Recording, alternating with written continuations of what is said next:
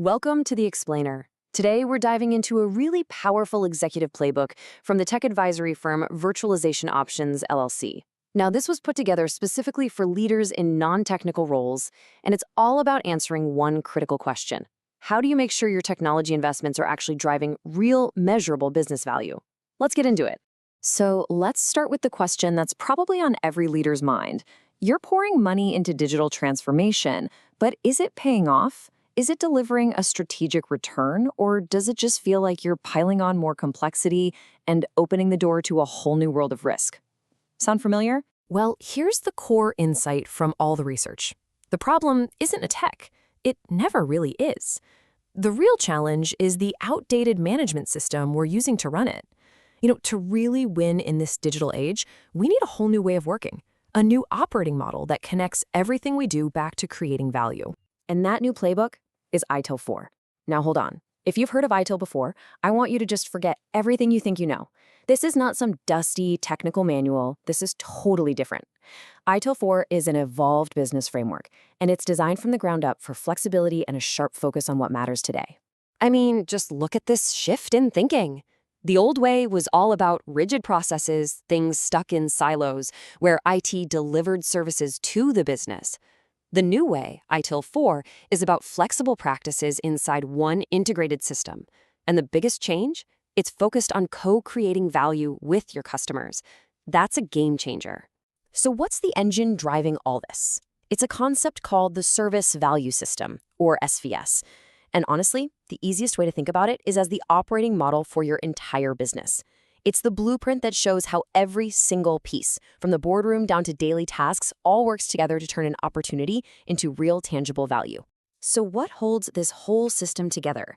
Well, ITIL 4's lead author, Claire Agutter, calls it the glue. And that's perfect, because these aren't just IT things. They're the shared language and practices that bind the whole organization together, making sure every single department is pulling in the same direction. Okay, so this sounds great in theory, but how do you actually use it? Well, we can boil this whole framework down to an essential executive toolkit. We're going to focus on 4 key practices that are absolutely crucial for connecting your high-level strategy directly to what gets done every single day. And first up, the foundation for everything else is strategy management. This is the starting point. Because without a clear, well-defined strategy that everyone understands, everything else you do is just, well, a bunch of random activities. It all has to start right here.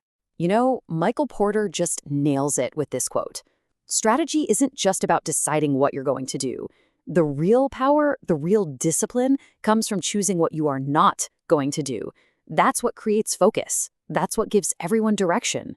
And when you get that focus right, the results are huge. Suddenly, everyone in the organization has a compass for making decisions. The whole company starts working toward the same goals, which gives you a massive competitive edge and makes you so much faster on your feet when the market changes. Okay, so a great strategy is, well, it's just a document if you don't fund it, right? And that's where our second tool, portfolio management, comes in. This is all about making sure that your limited resources, your money, your best people, are only being invested in the things that directly push that strategy forward. As Forrester Research puts it, this is about saying yes to the right stuff. But maybe even more importantly, it's about having the discipline and the courage to say no to the wrong stuff, even the good ideas that just don't fit the strategy right now.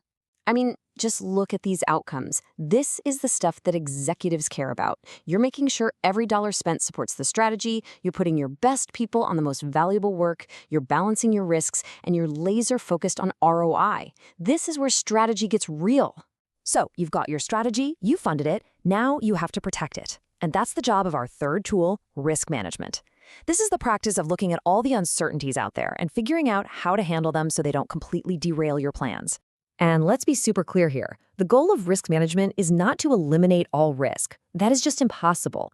The real goal is to understand your risks, to make smart, conscious decisions about them, and to make sure your organization is ready and resilient no matter what happens. When you have a grown-up approach to risk, your whole business just gets stronger. You make better decisions based on facts, not fear. You become more resilient when things inevitably go wrong, and you build a huge amount of trust and confidence with your customers, your partners, everyone. All right, this brings us to the final and maybe most important tool in the toolkit. It's the one that makes everything else actually work. You can have the world's best strategy, a perfect portfolio, and a great risk plan, but if you don't bring your people along for the ride, none of it matters. This is organizational change management, the people side of things. This quote from ProSci just hits the nail on the head. We get so focused on the new system or the new process, but organizations don't change, people do. And if you don't deal with the human side of it, the fear, the confusion, the need for new skills, even the most brilliant plan is doomed to fail. But when you get this right, the payoff is absolutely huge. And this is not some soft skill. This has hard financial returns. Your projects are way more likely to succeed, people adopt new ways of working faster, and you get the maximum possible ROI from those big strategic bets you're making. So you see, these 4 practices aren't just standalone tools. They work together as a single, integrated system. So let's look at what this actually looks like in the real world. Here are the results from a global retailer that used this exact approach for their digital transformation. First up, speed. By getting their strategy and portfolio aligned, they got new digital products to their customers 35% faster. In today's market, that is a massive competitive advantage. Just massive.